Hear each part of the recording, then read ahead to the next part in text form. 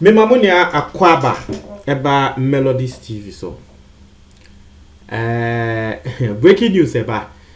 Say you are seeing the picture right in front of you. Also for both you, Isaac Obotu, Reverend Isaac Obotu.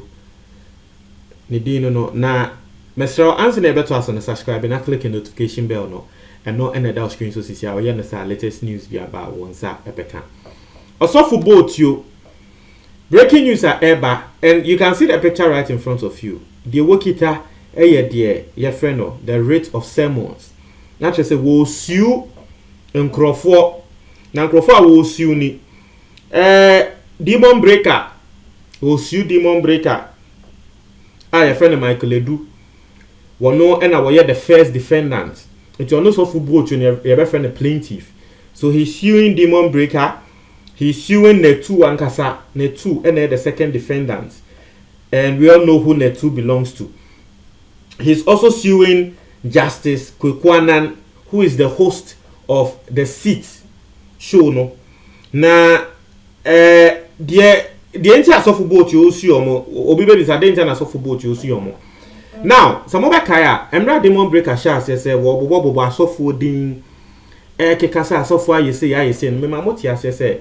Saa de no Ghana ya nhwe ni ye a ebema obia keke asore akwa TV and radio so asay will be din sa akwa because Demon Breaker kasa afa was so football you no he didn't show any proof na say mo kafa was so football you say so football you so ka fake pastors ne ho na enam so krama wo bi ewuye e was so football you say na say so football you was responsible for someone's death. Na therefore, ewiase we obi wu ne ye de hyewa ya papa ade a wonye ye kra ne ye de hye mfa nse krono kra mbo krono ne ye de hye kra na ya na wo benya na nka obekọ ebisa na chese we yutri efi asem ni mu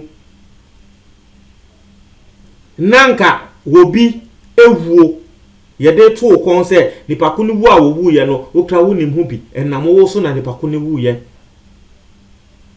unim se ya nti so football to say da bi asem we die one thing asesa na also football to actually gave warning proud to this because also asem ni see ye no what he did for the very first time and they say what je Kennedy Japan ba number and our friend Kennedy Japan ba no e trend say so mo hwe nyama bi ye senia abrante no mapene se won betina na 200 nkrofo din no obetumi asiu ama ebeka na 2 for kra Kennedy Japan kra ekotena me mouth as I said join news for interview Kennedy Japan or say at the end of the month some na 2 TV station no they can't even make 20,000 cedis at the end of the month na 2 they can't even make about 20,000 cedis na monko ye wei na yensan so embesiu na trese ni na eye court nsensem mu amusika ene ye de court asemo a Kennedy Japan e kan se na 2 kra no wo mu make sike bia enti botio ema eye Kennedy Japan ba na etiase se enye sa na eye program enye sa na eye enti die si ye ne se botio say the next day wone ne baba ako e friend Jacob wo mu ko na 2 ho ema wo mu ko hu the producers of the Seat show no ama producers no eka say unim ye be frɛ o mre na waba na one abrante na kasa ne yehu say ne kresa abrante ni nimu ana wo nimu ya mfrɛ no until he feels that this is the right decision for him to take say will sue Demon Breaker sue Netu asanso sue Justice Kwekwanan because Justice Kwekwanan no anye na ejuma ye one fa ethics anye ejuma and I've said this on this channel. Say media will be a same way na ne ho eya me wanwampa eya Justice Kwekwanan. Who Justice Kwekwanan Hot FM. The same thing na okoye ye will be betina wo show ne so e kan semu a enim e fa Reverend Obofo ho. Sorry, e fa Owusu Bempa. E kan semu enim fa Owusu Bempa ho. E ma the next day Owusu Bempa ba ho e be sen nyama e wo Hot FM ho. later abrante no beti na Hot FM ho kan sansem ne fa Owusu Bempa ho no abrante ne ba bonte be ka se nsem a wo beti na wo Justice Kwekwana no show so e kan ye nina no sansem no e ntro e obi a na nko wo besua de efrim wo bi asanso wo movie efi Hot FM aba na 2 obi beti na wo program so e kan nsem bi sei afanso fo ho a the least you could do Justice Kwekwana and say you watch the person's evidence and say na woman ne pakone kwan kra say won bra na wo hosting ne pakone kra na wo be make sure say asem a wo be kan wo be you hu afim you issue a disclaimer but no you didn't issue a disclaimer and say after the time demon breaker ekeka sansem ni na ewie ye no and say na the next time Justice Kwekwana ne kan say wo ye sofo na ye kan ho asem na wo hwe na we ninje ho a tronkrata abrayen na wo tronkrata abayan ye behwem na wo so ya maw chance na wa ba be kasa what be da wa say ni pako ne die ewie ne pako ne mo na enwesti ne time en tronkrata ambra mo say obi asem mi di wo mu program so nti me nso me mbra mbe yi me ho ano masa dabi on westi sa time no. So you see Justice Kwekwana also didn't help matters. And when crack criticism wa magra hebdemana or no Justice Kwekwana ne bube fu ya no. Because we say instemni bi no wonu ka na lady eye the guest no. Ono ka na ka say assembly so wo ho say ye say osofu bi nso odi boat yo eno nso eho asem te sen da bi host wo nya sa. Host ne pako ne ka no na wototo na no say ni pako no sofu boat yo no unim no wa he. Sofu boat yo no ko hia no wa he. Masa asem wa wo ken de o prove wa he. Now who host no why you wadwen say you fan say you are countering the person. Now so Justice Kwekwana the way he handles himself on the show no as a one cry boa nkrofo no say yen kan sem we enfan so for we hu. I understand. Maybe you have good intentions. Maybe truly you believe say in software wo mo ye fake and our person will expose you mo. Maybe you truly believe that. But you see that is not the way to go. We share interviews. Ghana has say the best interviewers in this country.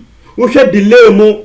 Yeba radio so political interviewers now. Omo ya ade pa Bernard Koko Avle mo and Richard Sky mo.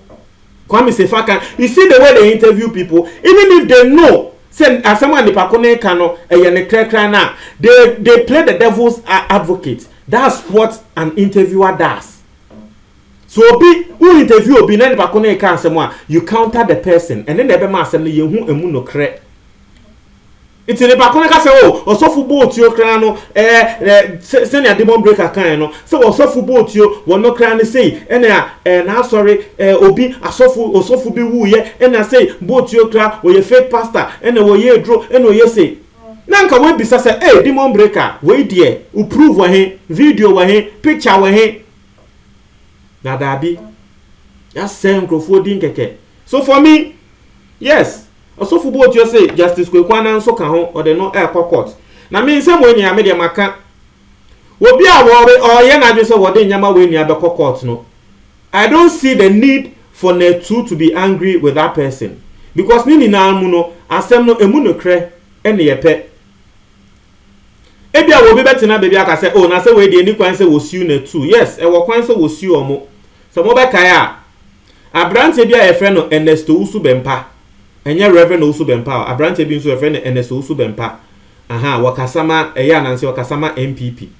Now sa Ernesto Owusu Bempa no last bi wakotena UTV o seden na wakan nsem bia efa Mahama ne bra nsem chese kan nsem gu Mahama bra enimu asepoto court eka se dabi abrante na nsem a waka no entwa ye. Yes, you find UTV because omo issue disclaimer. You find UTV and the sa branch no say wo muntia sike bi ema Mahama nua no. I think say Mahama nua no waka say wo pe 2 million Ghana cedis so say dem ba court ka say wo muntia 300,000. Imagine send the 2 a month kramu to me make it 20,000. And no public record to. Ya dia kan Japan ankasa kan say ye ne ye kan. Kan Japan ankasa na aka send the 2 no mun to me make it 20,000 a month kra. Na ye besiumo. Imagine. just asem na ko du court na court hu say oh asem a okan ye no edin the fame osofo boat yo na ne de na tu mu benya motiri edidim but e the other way a we hu say yes o show no wama edeka aba edeka aba so for me osofo boat yo the asem we court eno na ebe ma asem no ye hu emu no training na because se demon breaker e will prove say ne kre enam osofo boat yo so e na wo bi ewu a what the evidence beba ni ehu ne say yes osofo boat yo ne kre enam so na obi ewu inti police for enye den enchi osofo boat yo. So for me I am very happy about this. Now the osofo boat yo can say wono wan tiase wo hwe wono osofo boat yo na bra abo a ye kan school pa se wo wie JSS equal SS and you say we san so for now wo moko SS o mutwa aso no he is well learned, like he is learned and kasa ono nko akọ universities be 5 Christian University we wie school wo wie no kotia na education so e wo Pentecost University we wie e no ko Cambridge University ye na in Cambridge University, one of the best universities in the world. Akọ Cambridge University we and was also ba Gempa. Just say onu nkwan universities awakọ. Awakọ akosia de siampon awakọ. Wonye ni paketua e na wote ho.